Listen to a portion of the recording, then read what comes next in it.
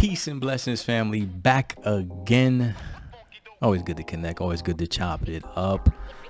Get this sage lit. Helps me open up the heart space so we can talk, so we can chop it up and just discuss what's on my heart for today. And then hopefully, we're aligned and the spirit's got something similar pressing, so you can relate to it. We family, so we can always sit. We in the living room. You know what I mean? We sitting in the living room just chopping it up, and like I said, I'm sure there's something we can relate to in this conversation. But what's on the heart for today is talking about rest. Yeah, rest, right? And being able to rest in God. What is that?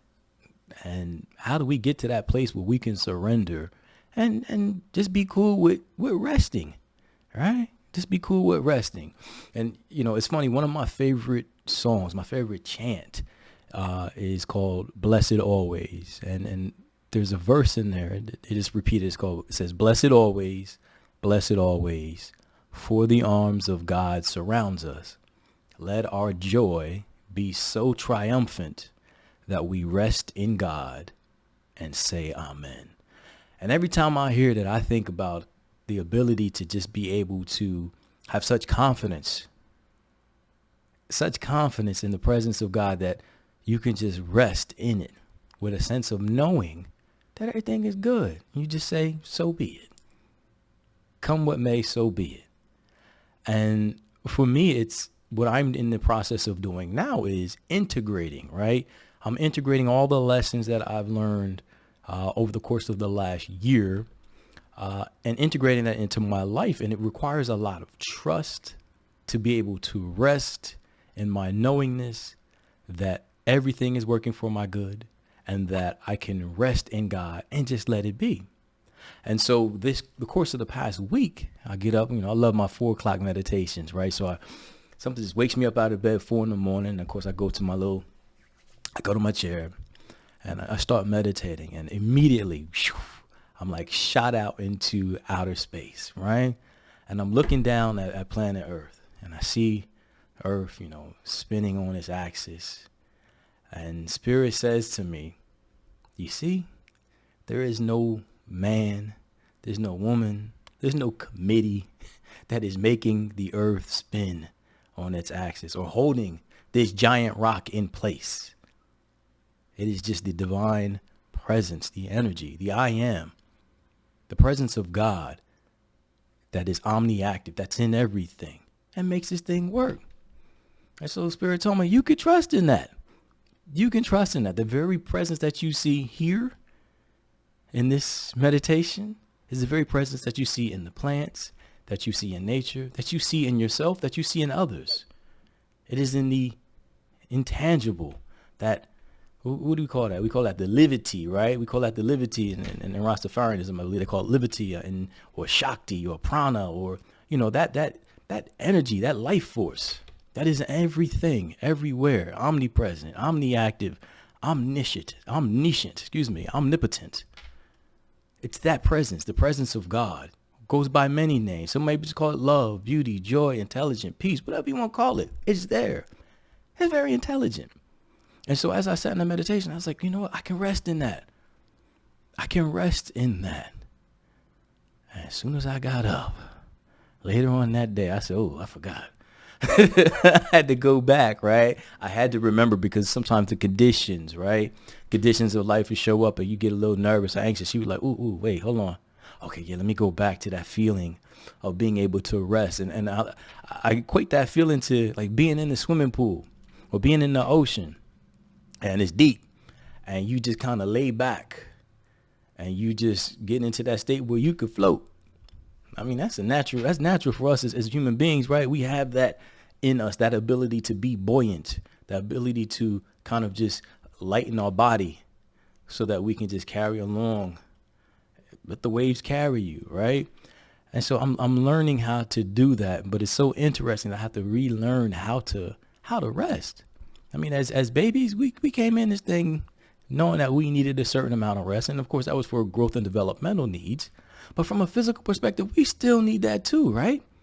I mean, we live in a society where it's very capitalistic, right? It's materialistic. It's always about, If you're in that world, right, where it's rise and grind, got hustle, you know what I mean?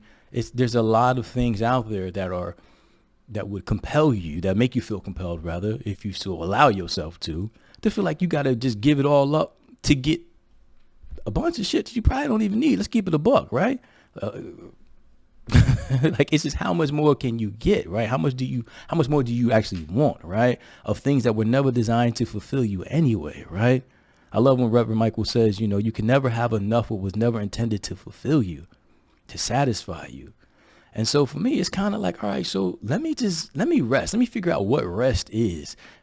Rest from the perspective of, from a physical standpoint, where I ain't, feel shook to take a nap, to lay it down, knowing that the demands that we have on a day-to-day basis is crazy. It can be out of control. And sometimes it's cool just to say, you know what, let me just rest my body.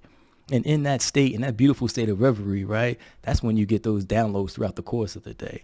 So being comfortable in taking a nap, but also spiritually, being comfortable to just rest in God, rest in the mystery of not having to understand how everything is going to work out, but just knowing that everything is going to work out because there's an intelligence beyond our own comprehension, beyond our own understanding, that governs every single thing.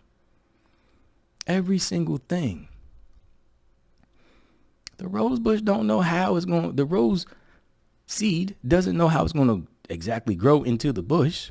I'm sure the acorn does not necessarily know all the hows if it's going to turn into an oak tree, but it's inherently encoded into its being, into that seed, into its DNA. And the same thing with us. But I think at times we get caught up in having to know how and having to use our will and our ego to feel like we got to figure every single thing out. And that ain't the way it works. That's not the way it works. We can rest in God. I love Ernest Holmes in The Science of Mind, where he says, for he or she who can perfectly practice in action, all things are possible. That is dope. That is dope. And that don't mean being lazy, though. Let's kind of, throw that out the window. When I say lazy, from the perspective of you have this perfect inaction where you rely on being divinely guided, but you still do the necessary things to align yourself vibrationally with the desired outcome, right? Let's clear that piece up. At the same time, it's just saying, you know what? Before I can even ask, it's already been given. It's already been given. And so the resting part is knowing that your word is your law. And by the nature of that, it's already been fulfilled. Moving from the invisible to the visible. You just have to maintain that vibration, that frequency. It's okay to rest. Rest your physical body. We need that. You need to rest your body. Stay hydrated. Eat good living foods. But also rest spiritually. And knowing that everything is working for your good. There's a divine order in all of this. It is up to us to stay aligned with that divine order, that divine frequency, that love, that beauty, that creativity, that wisdom, that eternality. That is us uniquely, individually, personifying the one presence of God. So rest in it and say amen. Love y'all. As we always say, if it ain't all good, it ain't all done. Ashe.